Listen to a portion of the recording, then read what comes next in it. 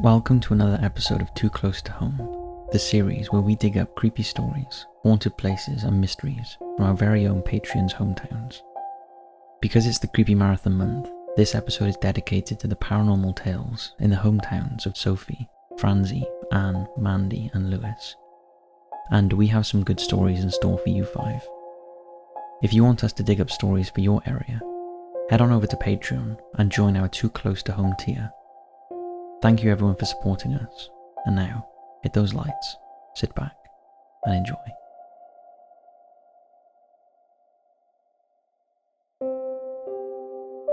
Shrewsbury is a town in the county of Shropshire in Western England. It has many historical links to the past, but is probably best known in modern times as the birthplace of world-renowned naturalist Charles Darwin. It is also the hometown of our much appreciated Patreon, Sophie. For you, Sophie will be taking a look at three places. Let's start with Mrs. Foxhall. The Quarry is the main recreational park in Shrewsbury and covers over 29 acres. The stunning gardens and tree-lined avenues are a perfect place to relax. The centrepiece of the park is known as the Dingle, a former stone quarry that in 1879 was landscaped into a sunken garden and is adorned with ponds and ornate water features. There is also a statue of Sabrina. In myth, Sabrina was a nymph who drowned in the nearby River Severn. However, despite the place looking outwardly beautiful and peaceful, it is rumoured that the park is haunted by the ghost of Mrs. Foxhall, a local woman who in the 1600s poisoned her husband with one of her herbal remedies and was later accused of witchcraft. Her punishment was burning at the stake. Mrs. Foxhall hysterically protested her innocence and she was burned alive, and ever since has returned to the area near to the site of her death, that is now the quarry.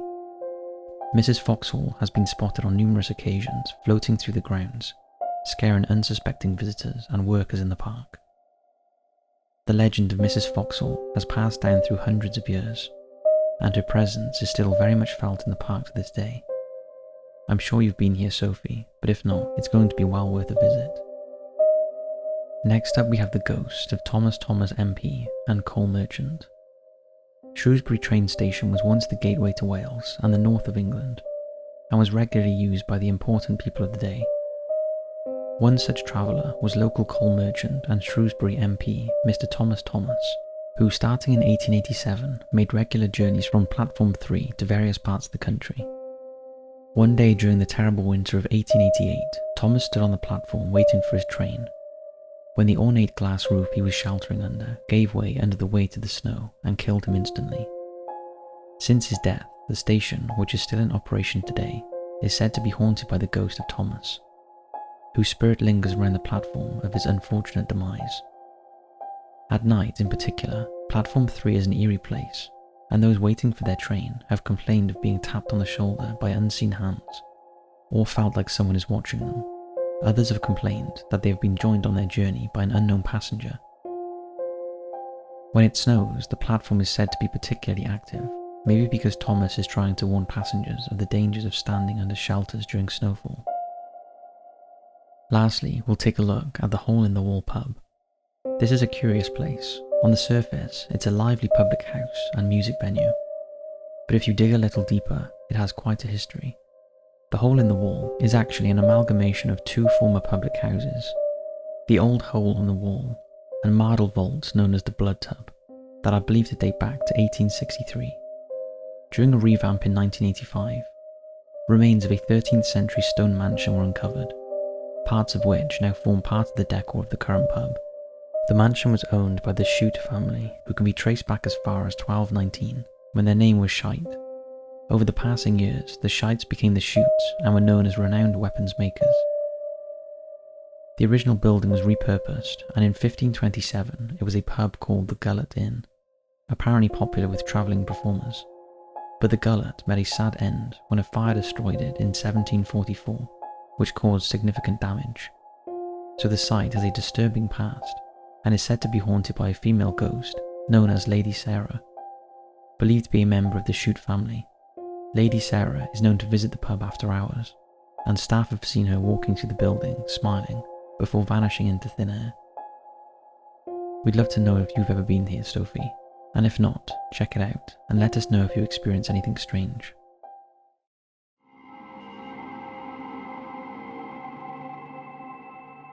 Amberg. Amberg is a pretty little town in Bavaria, Germany, situated to the east of Nuremberg. It was a former ore mining settlement that dates back to the Middle Ages. It is also the hometown of our patron Franzi. First we'll be looking at the legend of Die Weise Frau. The town of Freyung is situated around 15 miles from Amberg and 10 miles east of Greifenwehr training area, a major installment that the army has occupied since 1945, and the area is said to be haunted by a medieval noblewoman known as Die Weise Frau, or the White Lady. The White Lady is said to have lived in a castle that once stood on the location of Gasthof Alt Post Hotel, but when she died there of an unnatural death, her cursed soul lingered seemingly bound to the grounds of the former castle site and its surroundings. The majority of the reported sightings were seen in the labyrinth of underground tunnels that lay beneath where the castle once stood, which the hotel was still using until the late 1970s.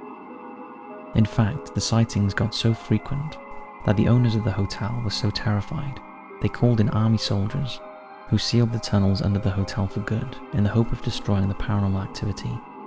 But it seems it didn't work, as to this day sightings of the White Lady continue, and she has been seen wandering the streets in her pure white attire, sometimes frightening drivers by accompanying them on their journey, appearing mysteriously in the back seat, only to be seen in the rearview mirror. Next up we have the sister ghosts of Amberg. The White Lady isn't the only female ghost to haunt the area. Less than 15 miles away, Franzi's hometown of Amberg, near the Maria Hilfberg Hill, a pair of spirits have reportedly made their deathly presence felt. Believed to be sisters, the two female ghosts are said to have lived together in a castle. Both were wealthy, but one of the sisters was blind, and the sighted sister took advantage of this and stole her wealth. After discovering the betrayal, the blind sister cursed the home they lived in, and it was later struck by lightning and destroyed, killing both of them. Nowadays, particularly during holy celebrations, the two sisters have been seen sitting on the grass, waving at people as they walk by. Lastly, we have the devil down the road. Close to Amberg is a road that runs between Vilseg and Hanbach, a place where it is said the devil himself has walked, leaving a trail of terror in his path. Legend tells that the devil was angered by the religious spirit in the region, and walked along the road carrying a large stone, with the intent of throwing it at the church in Vilseg, hoping to destroy the worshippers. However, as he walked the road towards the church, he met a stranger, an old woman carrying a rucksack full of torn shoes on her way to the shoemaker.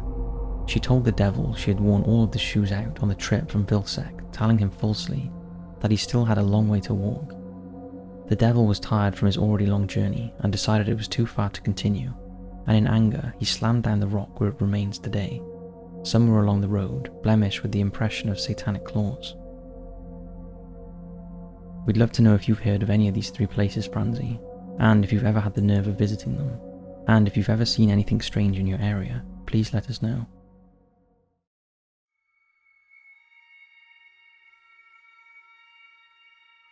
Kanata, Ontario, Canada. Kanata is a major suburb of the Canadian capital of Ottawa, Ontario. Interestingly, Kanata is an Indigenous Canadian word in the Iroquoian language meaning village or settlement, and is the origin of the name of Canada. It is also the hometown of our much appreciated Patreon, Anne. For you, Anne, we'll be taking a look at two places. Let's start with the Ottawa Jail Hostel. The Ottawa Jail Hostel in Canada is said to be the world's most haunted hostel. The former prison was established in the 1860s and was designed to provide safe housing and reformation to the criminals in the area. However, men, women and even children were maltreated and even hanged in the prison, leaving the place teeming with disgruntled spirits. If you stay at the hostel, you are literally sleeping in one of the old prison cells, so guests are usually in for a disturbed night's sleep. The hostel's most cited ghost is that of Patrick James Whelan, who was executed at the prison in 1869 for the assassination of Irish journalist and politician Thomas de Archie McGee.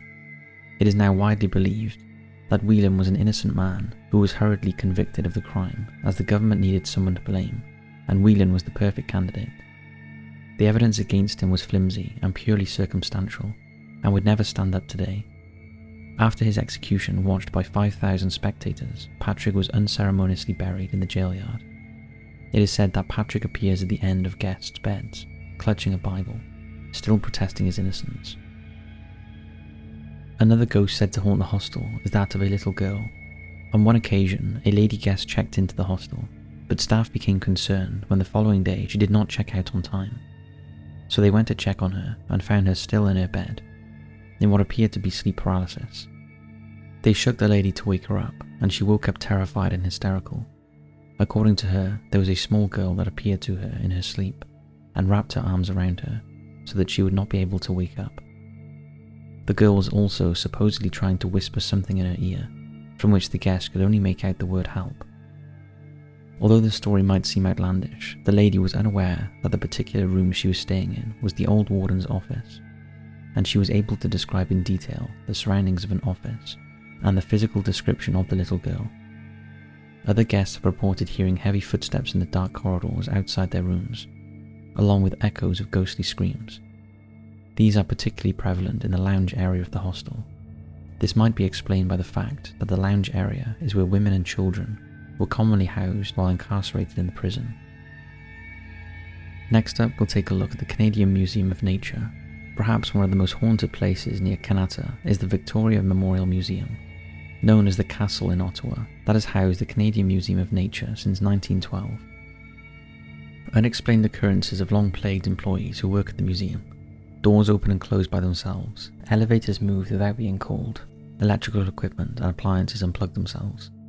Shadows dance, bowels toll for no reason, and there are cold spots all around the building, especially on the 4th floor where there is an exhibit devoted to folklore and superstition, ever since the installation in the 1980s. A restless spirit has haunted the area, who the staff have named Freddy. He is known to mess around and move the exhibits, and frighten visitors by placing ghostly hands on their shoulders. There has also been activity on the 3rd floor, where it's thought a workman was killed during its construction. Odd noises and touches from icy hands have been experienced in the area, believed to be coming from the dead workman. There are also rumours that the ceremonial clothing of a Cree warrior on display could have something to do with the paranormal activity. It is also alleged that in the basement of the building, mummies and remains of ancient Native Americans are stored, and they are also responsible for the strange goings-on throughout the museum. Both these places are well worth a visit, Anne, and we'd love to hear if you've ever been or plan on going. If so, let us know.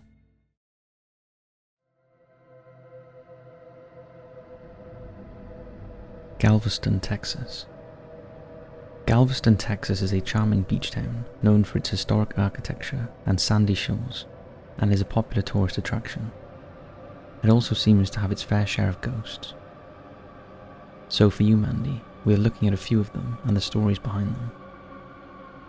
Let's start with the Old City Cemetery. The Old City Cemetery is the oldest burial ground in Galveston and is literally stacked full of bodies, with some of the graves 3 bodies deep. Its mausoleums and 19th century tombs add to its macabre history, and is the place where the bodies of pirates, cannibals, madams and murderers all rest together. It also has the dubious reputation as being one of the few cemeteries where a murderer named Alzie Alberti is buried alongside her victims. At the age of 17, Alberti was a happy newlywed, but after her firstborn child Louis died of lockjaw in 1884 at just age 7, her whole personality changed. In the same year, she gave birth to a daughter, Caroline, and lost her 15-year-old sister to lung congestion, so she was in emotional turmoil. If that wasn't bad enough, shortly after she lost a second child, and the grief pushed Alzie over the edge. She became volatile, unpredictably violent, and at times completely deranged. Her mental state was so bad that her husband Louis sent her to live with her parents until her condition improved. After just a few weeks, Alzie returned home, much improved, although not completely herself. On December 4th, 1894, Alzie gathered her children in the kitchen and offered them a few sips of wine, not an unusual custom back when the weather was chilly. Soon after, her husband returned from work, and he too was offered wine, although from a different bottle.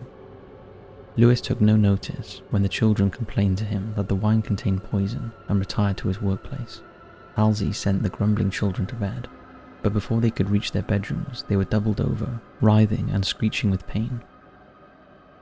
Louis ran from his workplace and was horrified to find his children in such a state. All the while his wife sat calmly with her hands in her lap, Lewis begged her to tell him what was going on, and Alzey calmly replied that she had poisoned the wine. She too had intended to drink the wine, but she had been interrupted by his early arrival home. 4-year-old Willie was first to die, followed by Dora and Ella, and finally Lizzie. 2 of Alzey's other children survived. The eldest, Emma, was resuscitated, and Wilhelmina, aged 14, never drank any of the wine. After the murders, Alzey was sent to San Antonio Asylum. She blamed her illness on the murders and claimed they were better off dead, as she could not fulfill her obligations to them.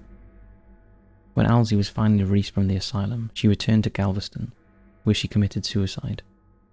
In a curious move by the family, Alzey shares a burial plot with the 4 children she killed. It is said that she haunts the cemetery, seeking redemption for her crimes, while the restless spirits of her murdered children seek to escape the grave they share with their killer, and are said to lurk amongst the tombstones. Next, Mandy will be taking a look at the history of Ashton Villa. Ashton Villa was built in Galveston between 1859 and 1861. Its original facade is still impressive today, and it was one of the very first brick residences built in the state of Texas. It was built for James Morrow Brown, who made his fortune by capitalizing upon the growing shipping industry in the area, and Brown quickly became the 5th richest man in the state.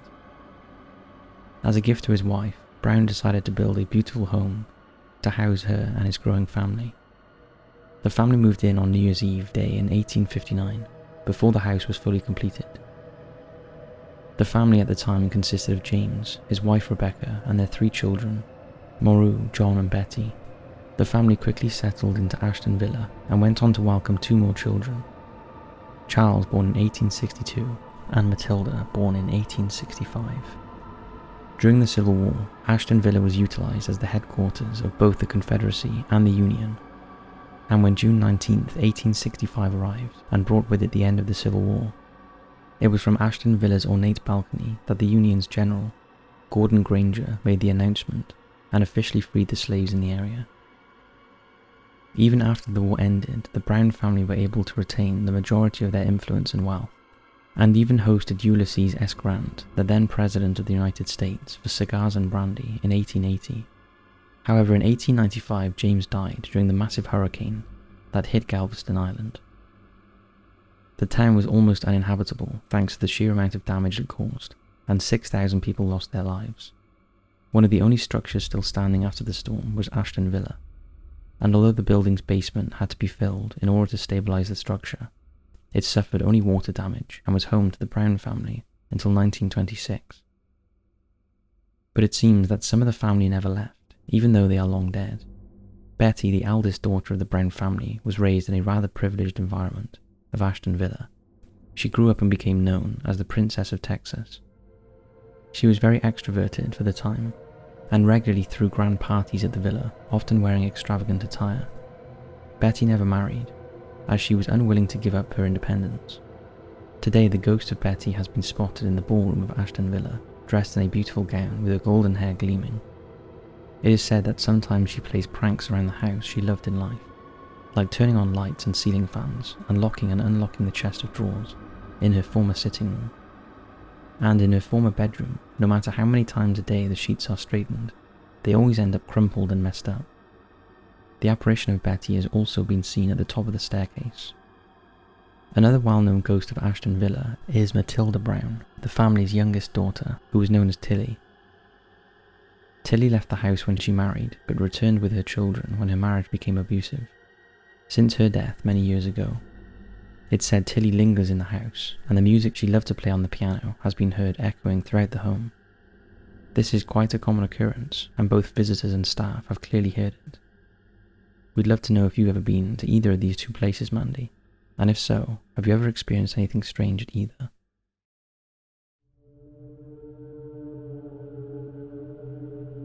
Bolton, United Kingdom. Bolton is a large town in Greater Manchester in northwest England. In fact, it's the largest town in the UK. In the 19th century, it was a boom town with over 200 cotton mills, making it one of the largest and most productive centres of cotton spinning in the world. Today, cotton manufacture has virtually ceased, but Bolton still has a lot to offer, especially some great ghost stories, so we hope you enjoy, Lewis. On the evening of November 16th, 1940, 17-year-old Minnie Stott left her home on Clarence Street, Bolton, telling her dad she was going to the cinema. About 15 minutes later, at around 8 p.m, Minnie called into the United Cow Products restaurant where her mother worked. The last words her mum said to her as her only child left was, not to stay out too late. 3.5 hours later, while making routine checks, PC Harry Brooks found Minnie strangled in a yard near Bradshaw Gate. Her handbag was found at her feet, but her scarf and underwear were missing. It was believed she had been dead for around 2 hours. After an appeal for information, a sweet shop owner came forward and said Minnie and another girl had come into her shop at around 8:20 p.m, and Minnie had brought sweets and the other girl brought cigarettes. The other girl never came forward. Nearly 2 months later, Minnie's parents were visiting her grave at Heaton Cemetery when a woman came up to them and told them Minnie had been with 2 other girls in Bradshawgate on the night she died, and 2 men had followed them, one of whom she named, and Minnie got into a car with them and the other 2 girls ran off. The woman at the grave, or the 2 girls she mentions, have never been traced, neither have the 2 men. Over 80 years on, and the town remains silent about what they must know about Minnie's death. In 2012, the police closed the case, claiming there was no real prospect of the offender ever being identified due to the passage of time. Minnie's body now lies with her parents at the cemetery. However, it seems she is not resting in peace, as she has been spotted since her death. It's said her spirit lingers near to where she was found, murdered in Bradshawgate. One of the clearest sightings of her was made in 1987, when a teenager working in a nearby garage watched a mist as it formed into a human-like shape at the top of a set of steps. The teenager was shocked when later shown a picture of Minnie Stott, as she immediately recognized her as the figure she had seen manifest. Pretty creepy. I wonder if you've ever heard of that story before, Lewis. Next, we're going to take a look at some of Bolton's notorious haunted pubs. First up, we have the Ye Old Man in Scythe in Churchgate. This 2-story Grade 2 building adjoins the famous Ye Old Man in Scythe, the town's oldest pub, and the 4th oldest in the UK, dating back to 1251.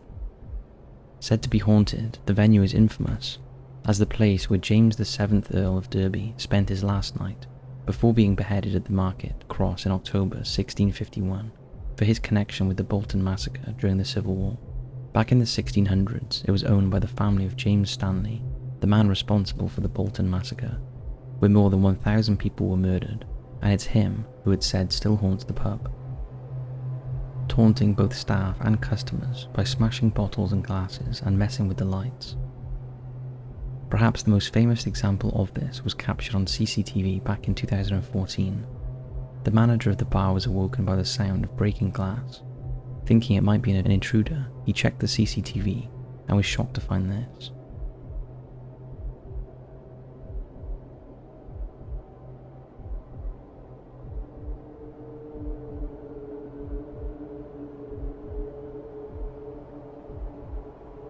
Pretty strange. Next we'll take a look at the King's Head on Junction Road. Customers claim the ghosts at this pub are Civil War cavaliers who like to cause mischief. It's not unusual for doors to mysteriously slam, beer taps to suddenly cut off, and the lights to flicker on and off. One landlord recalls the night the Phantom Cavalier drifted down into the locked cellar and turned off the Guinness supply. He said the regulars told me about the ghosts when I arrived, but at first I thought they were taking the mickey. Then all kinds of strange things started happening. Lights started being switched on in the night, and beer mats were lined up on the bar. The ghost is also thought to be responsible for turning over a table in the ladies' toilet and mysteriously putting ashtrays into a pile. Also in the ladies' toilets, a sobbing noise has been heard, despite no one being there. Those who have stayed at the pub have reported feeling uneasy, with a suffocating atmosphere filling their bedrooms. If you've never stayed at the King's Head on Junction Road, Lewis, this one will be well worth an investigation.